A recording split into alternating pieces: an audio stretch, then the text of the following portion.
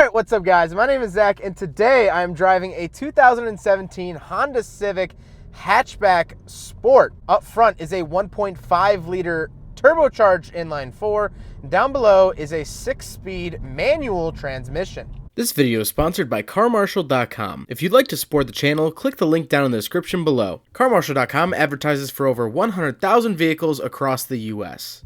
But let's get back to that 1.5 liter inline 4. Well, it is turbocharged and it's known as an Earth Dreams engine. What that really means is that this is Honda's modern family of engines. They're usually small displacement turbocharged engines. And so you'll find this motor in the new Honda CR-V. All Honda Civics have them. Even the SI, it just has, a different tune on it and things like that to make it a little bit quicker. But this is used across their board. Now, I have read online that there's some oil consumption issues with the Earth Dreams motors. I do not have any personal experience with this, and so I can't really talk on that. But if you are looking into getting one of these, type in on Google Earth Dreams 1.5 liter turbo oil consumption and do your own research there. It's just something, if you are planning on getting one of these, you might want to do your research in that area. Again, I haven't physically or personally experienced it, so I can't really talk about that too much. But getting back to that 1.5 liter turbo, it's a spry little engine. It's fun, it has a turbo, and it makes a decent amount of power. Again, this isn't the SI. The Sport is just really a sportier package. It doesn't mean anything performance-wise.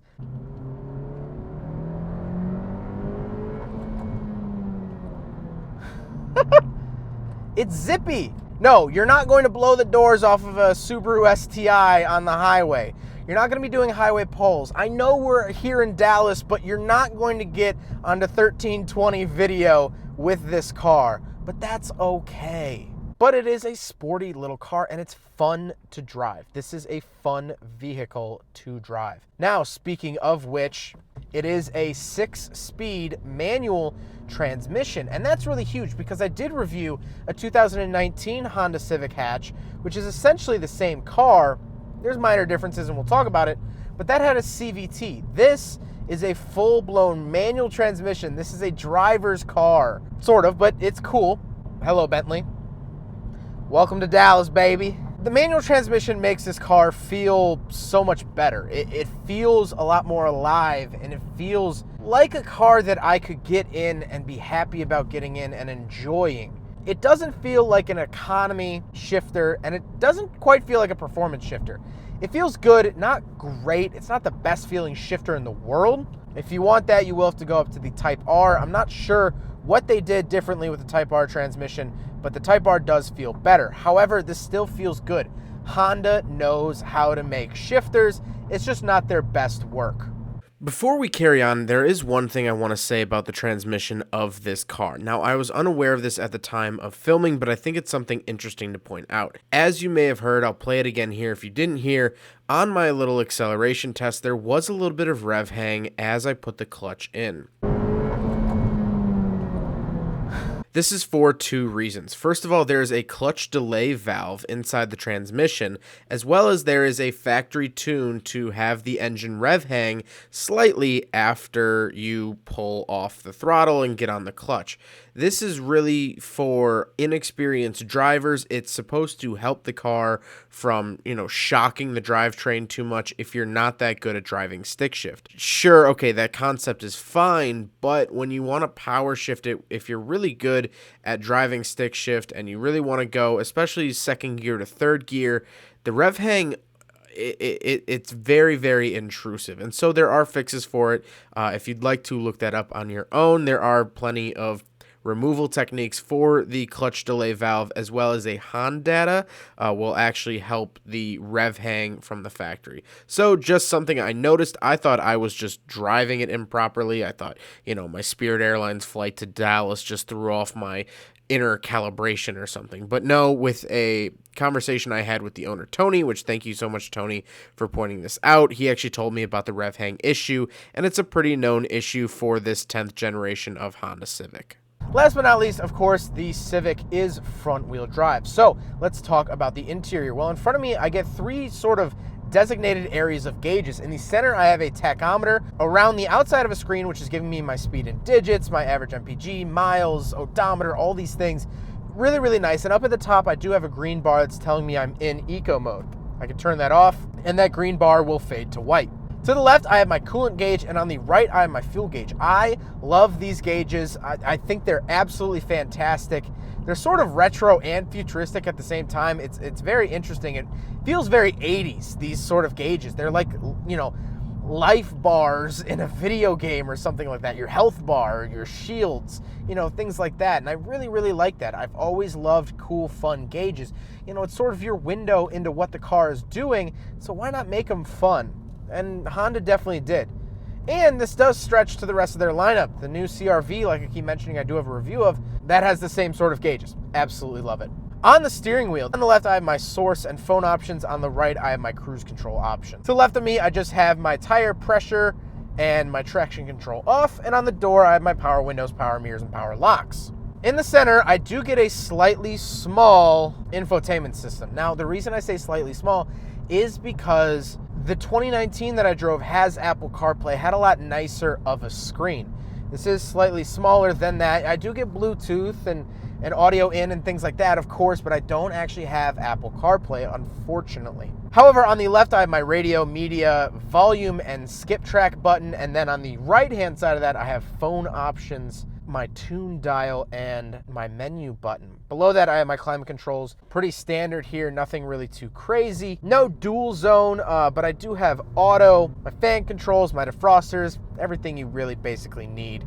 Now, the center console, again, Honda does a great job not only making their shifters feel great, but look great. It looks very proper. This is not the stock shift knob, but the whole center console as a whole just looks very proper and nice, and I absolutely love that. On the right-hand side, I do have Econ mode. On the left, I have brake hold, which is really nice for stop-and-go traffic. But then we have the power parking brake. Now, what really bothers me about this is I don't mind a power parking brake in cars.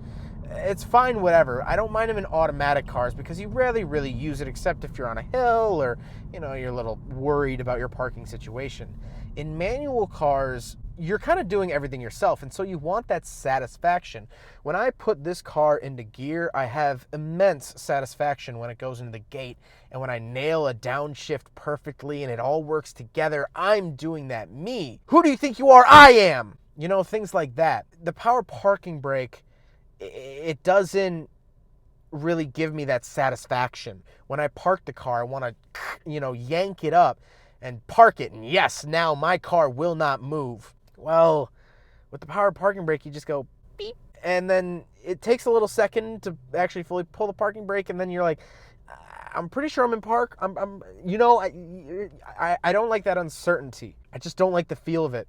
And I've said this in all of my manual car reviews that have this sort of feature. This isn't just the Honda Civic that has that. Just something to point out. And the center console, we do have cup holders, things like that, pretty basic center console. Now, the seats are nice and comfortable. They're not racing. They don't really have like super high bolsters or anything like that. However, they are comfortable, and it's something I can live with. I love the Type R seats. Again, I drove a 2019 Type R, and I love the seats. They're, you know, high bolstered and stuff, but getting into them, it's not easy. Especially being a bigger guy, it's not easy. And so these seats are nice, comfortable, easy to get in and out of, and that's the end of the story. You can live with these seats.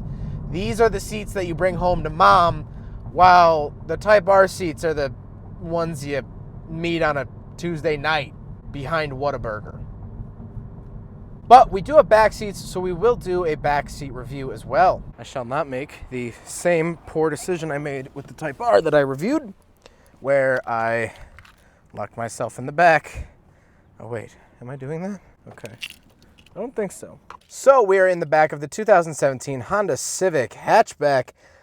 Plenty of room, headroom, 5'11", got plenty of space, leg room, really good as well.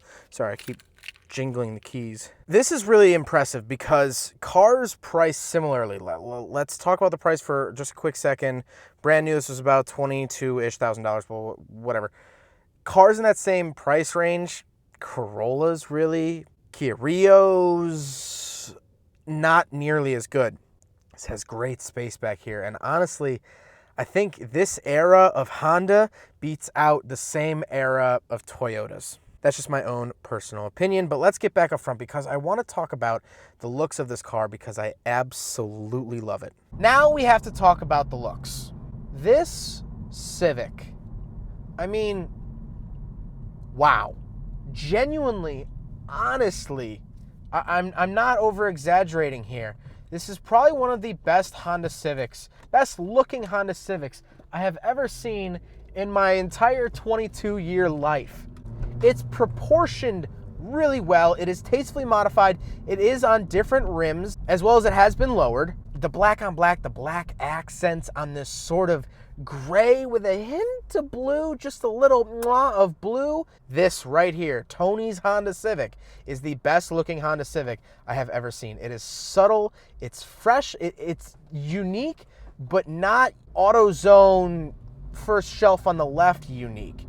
It's very, very tasteful. It sticks out to car people, but blends in for non-car people. And I think that's the perfect sort of mix. I love this color. This color is fantastic. And the black accents are fantastic. Overall, this is an amazing, amazing looking car. And I genuinely cannot get enough of it. I really genuinely never, ever thought I would ever say that about Honda Civics because I sort of famously dislike Honda Civics, and not for any reason other than the fact that I have a Mazda and they're kind of our competitor. So, Tony, my hat is off to you. Overall, I have to say, I'm really, really happy with this car. I think a couple areas of improvement could be the shifter, and I think the infotainment screen could be better, but later years got a better infotainment screen, so that's fine. But I think genuinely, if you're not into the hardcore-ness of the Type R, or you don't want to pay $40,000 for a Honda Civic, get this. Because it has the functionality of a hatchback. It's practical, it's usable, it's comfortable to the point where you can really enjoy it. And if you think of the price tag, when this was new, this car was about $22,000. This for $22,000 is amazing. I have driven cars price tagged at $2,000 that don't even come near the level of this. And so now, 3 years later, you could start picking these up for $15,000. $17,000, maybe down even to $12,000. I don't know. I don't know your current market. I don't know where you live. Google does, but I don't. And so now that these are becoming more and more affordable, why not? This is a great daily driver. I think for a daily driver, for a fun daily driver, a non-soul crushing daily driver, I genuinely don't know what more I could ask for. I am going to return this back to Tony, and I'm going to get out.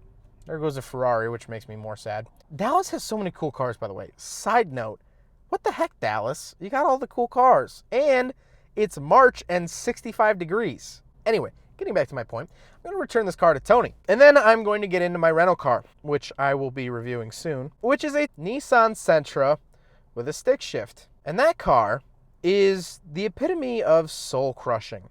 Have crank windows. I think there's only 2 speakers in the front, or it might just be someone left their cell phone in there and it's just been playing music. It's bad.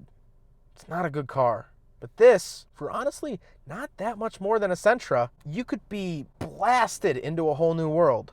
I love this Civic. I really do. Ugh, never thought I'd say those words. So in a perfect world, I would take a Honda Civic Type R, but I don't live in a perfect world. I am a broke college student that makes stupid online videos for money. And so this would be in my price range. And I like that. And I like this. And I like Texas. I'm not just rootin' tootin' move down here. Hooray! Well, I hope you guys enjoyed the video. Huge thank you to Tony for letting me take out the most beautiful Honda Civic for my money. Huge thank you to him. Absolutely awesome. But thank you guys so much for watching. I hope you guys enjoyed the video. Don't forget to rate the video, comment on the video, and subscribe if you really liked it. Take care, guys. Aside from my soul.